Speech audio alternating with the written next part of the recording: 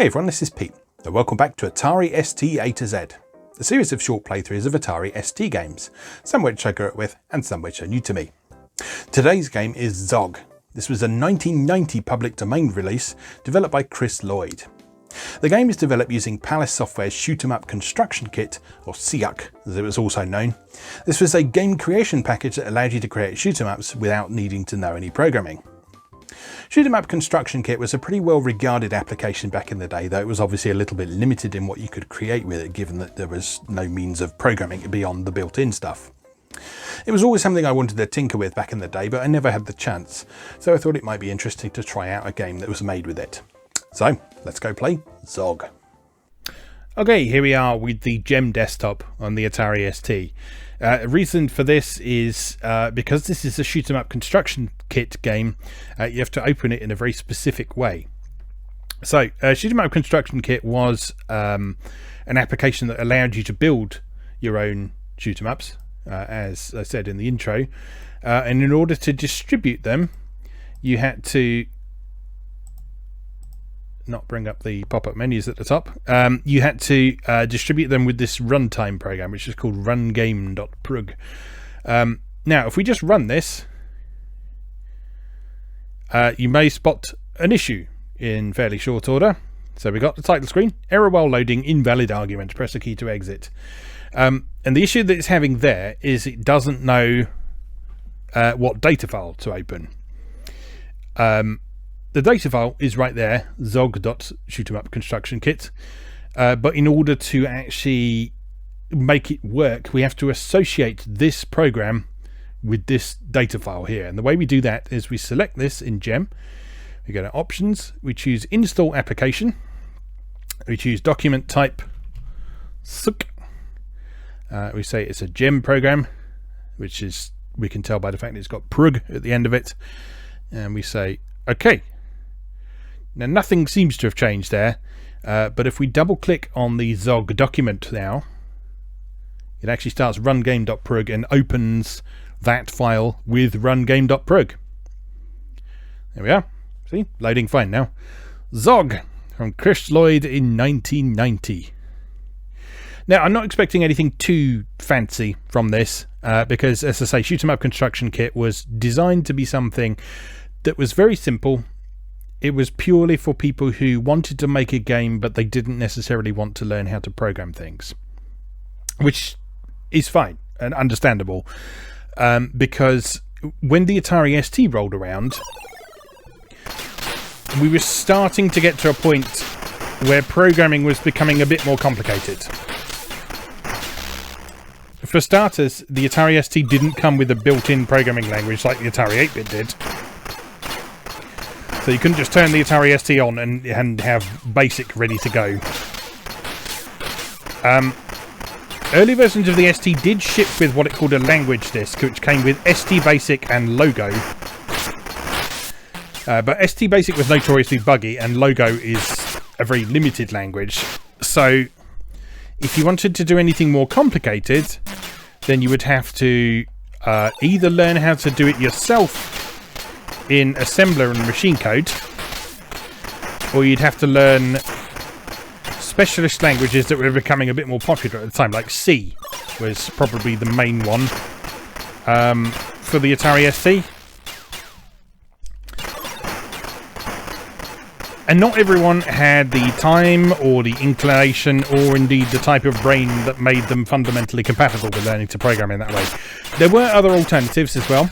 There were packages like S.E.U.C I've talked about on here before. S.E.U.C was actually a version of BASIC specifically designed to make creating games reasonably straightforward, in that, as well as having the things you'd expect from BASIC, like sort of the means of basically structuring a program and doing loops and variables and that sort of thing, it also had things like sprite handling and scrolling and background handling and music and sound and all that sort of thing. But at heart, you still had to learn how to program in BASIC. And what packages like Shoot 'em Up Construction Kit offered was a means of allowing people to get a game up and running very easily. because all you had to do with this was bring in some of your own graphics, apply some settings to the various enemies, things like bullet intensity, and design your attack waves and that sort of thing, and you had a game.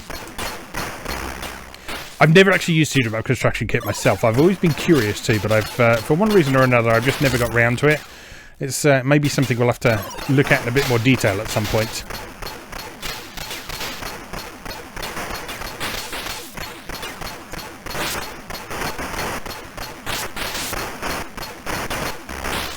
And I remember reading about it back in the day, and I remember sort of the magazines being quite positive about it, about the fact it made it really easy to make your own game. And although what we're looking at here isn't especially advanced, it doesn't move particularly smoothly, there's no music, the sound effects are a bit poo, it's competent. And for someone with no programming knowledge, being able to put something like this together would have been immensely satisfying.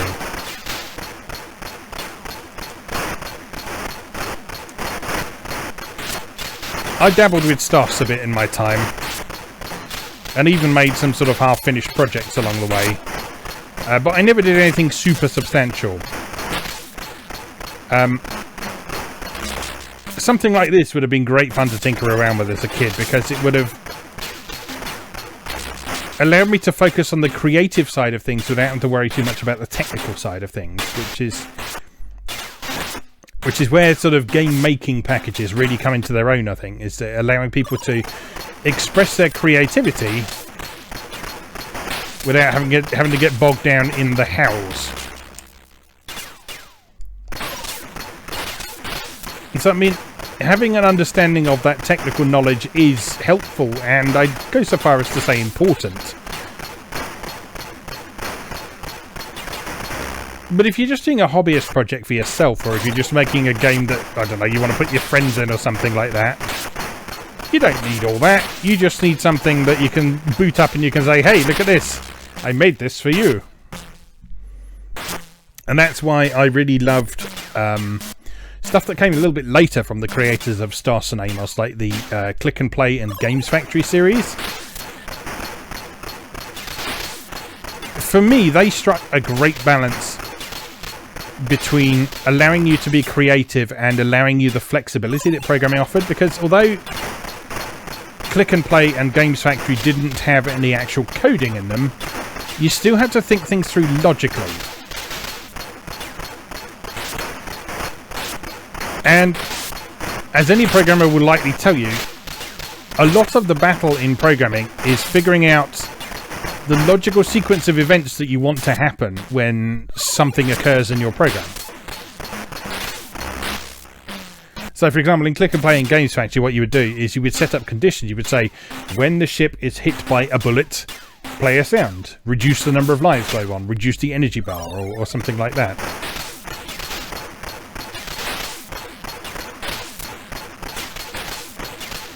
And so it got you thinking about things in the way a programmer would, without having to know the specific dialect of a particular programming language. In effect, you were writing games in pseudocode, by simply saying what you wanted to happen, when and why.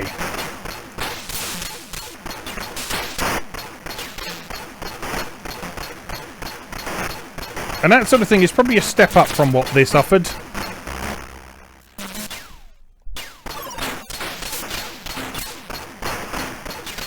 Because, as far as I'm aware, all of the sort of game logic is sort of hard-coded into shoot 'em up construction kit. It's a shoot 'em up engine that sort of works on the assumption that several things are going to happen. It works on the assumption that everything you shoot is going to have a particular amount of damage it's able to take. It's going to be worth a particular number of points and so on. It's going to fire bullets in this pattern, that kind of thing. But it's the same basic engine underneath. As far as I'm aware, there's no means of doing things in shoot 'em up construction kit in such a way that it would sort of, say, perform better, for example. I think it's probably always going to run at this slightly janky frame rate here.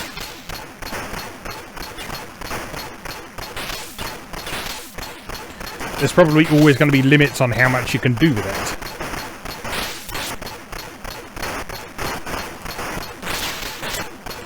But as I say, for someone who is interested in the creative aspect of game design rather than the technical aspect of game design, that might be all you need or want.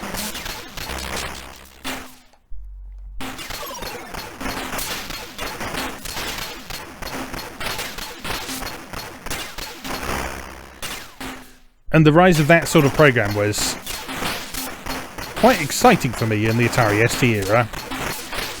And only got more exciting as we moved into the MS-DOS and Windows PC era and started to see stuff like the Click Team products I mentioned before.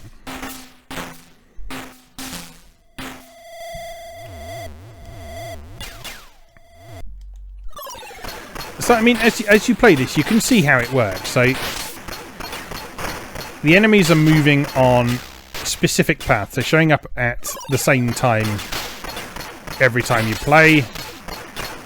They're moving on set patterns, which is actually good because that's how sort of classic arcade-style vertically scrolling shoot-'em-ups were designed as well. They weren't designed to sort of randomly spew enemies at you as, for example, some of the earlier Atari 8-bit games were. Fond memories of playing Onslaught on this series.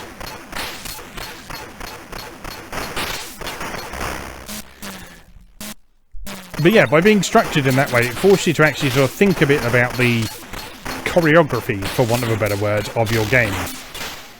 How can you make it aesthetically pleasing? How can you make it fun to watch as well as fun to play?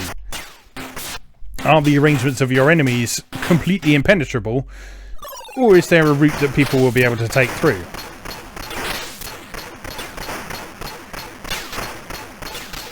Now, as you can probably see from my pitiful efforts here, this is quite a challenging shoot-'em-up.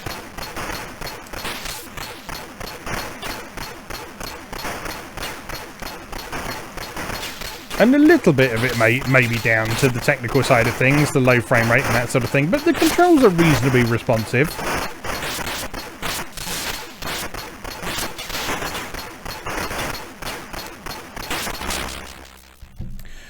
A lot of the time, when I'm dying in this,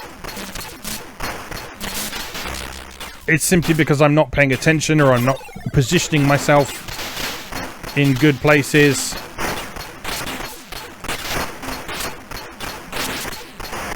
Because with the pre-scripted nature of everything that's going on in this game, you can learn it. You can learn where the enemies are going to come in, and you can learn where to position yourself to ensure that, in theory, you'll never get hit.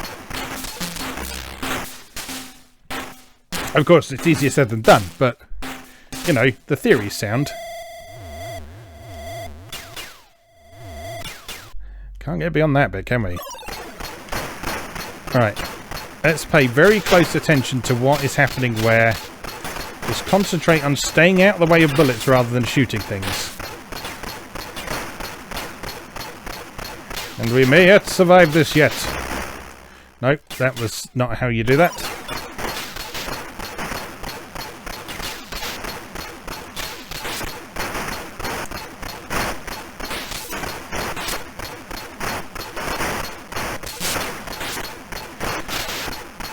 You know what, as slow and jerky and janky as this is, the more I play it, the more I'm actually respecting it a little bit, because despite its technical shortcomings, it is following a lot of the rules of good shoot-'em-ups.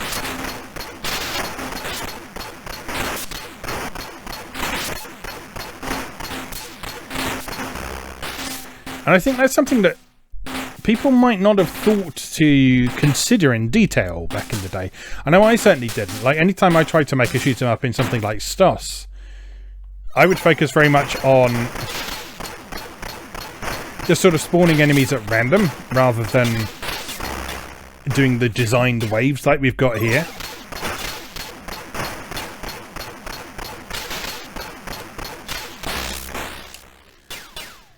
But this is doing things like, it's using these popcorn enemies to lure you into a false sense of security.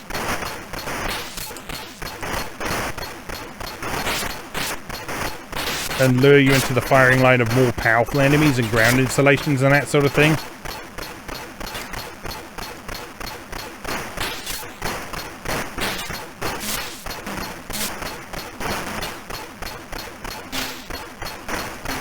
But on the whole, it's actually quite well designed.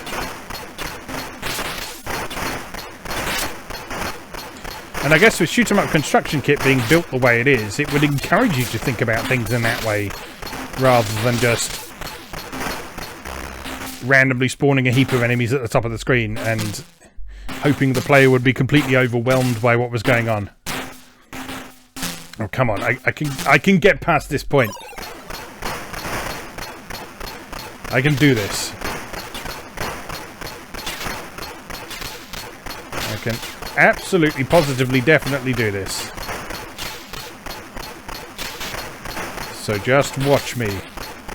Watch me score more than 5,500 points this time around.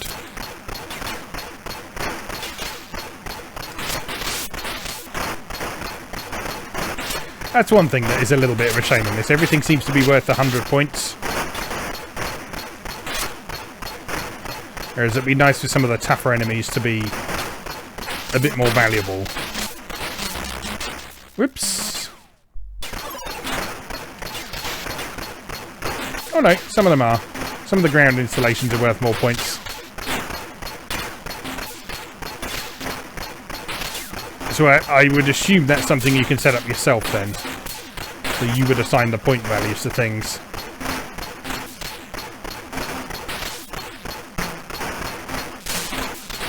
Which I imagine is one of the more challenging things to get right in a shoot 'em up, to provide a good sense of satisfying progression to the player without rewarding them too much. There we are, now we're flying. Look at this. As he says that, as he flies into a laser blast from an incoming enemy.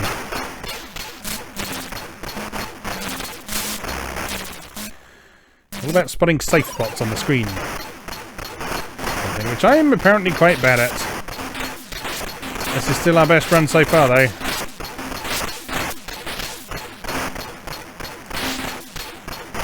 All about not panicking. And don't put yourself in the line of fire if you don't need to. We'll get some new enemy types down, that's nice.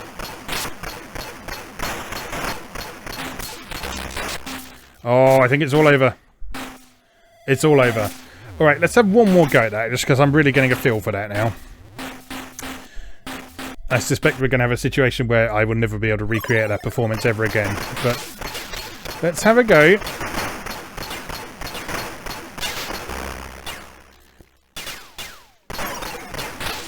I can feel it happening already.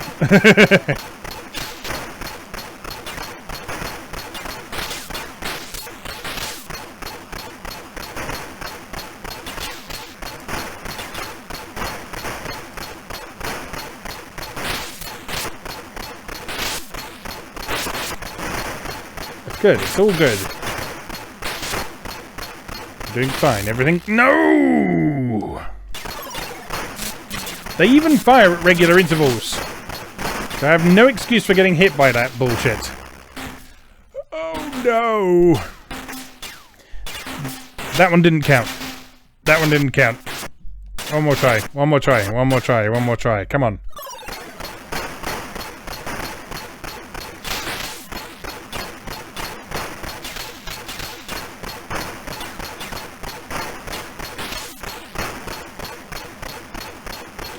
It's a shame there doesn't appear to be a high score system in this.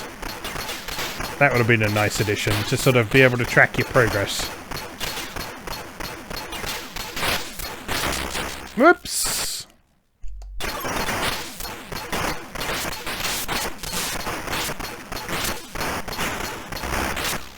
Collision detection is just a little bit over-enthusiastic at times as well.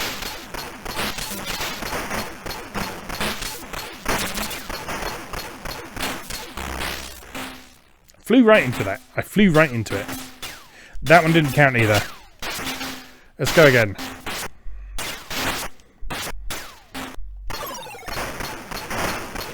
Alright, this time's the one.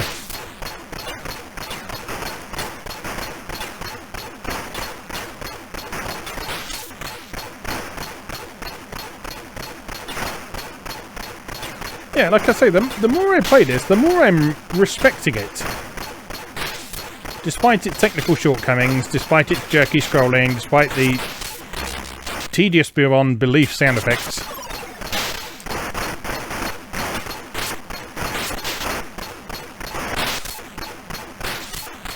Structurally, mechanically, and in terms of design, this is a very competent shoot 'em up. Oh, I did it again. I do that every bloody time.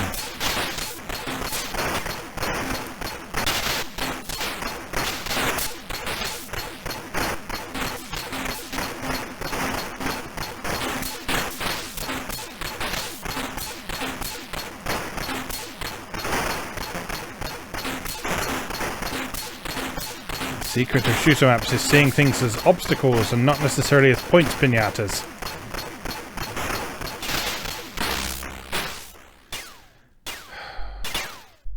I should probably leave that there before I drive myself and you too mad with my continued incompetence. But yeah, I'm actually pretty impressed with that. I mean, as somebody throwing together a shoot 'em up construction kit, perfectly fine. I'd play that. I'd have probably spent money on that. So yeah, I think shoot 'em up construction kit is something we'll have to add to the list to cover at some point, because as I say, it's something I've always wanted to play with over the years, but never got around to for one reason or another. But I think it would definitely be a fun little project to try and put something together in that, so I will pencil that in for the future. For now though, just remains for me to say, as always, thank you very much for watching, and I'll see you again next time.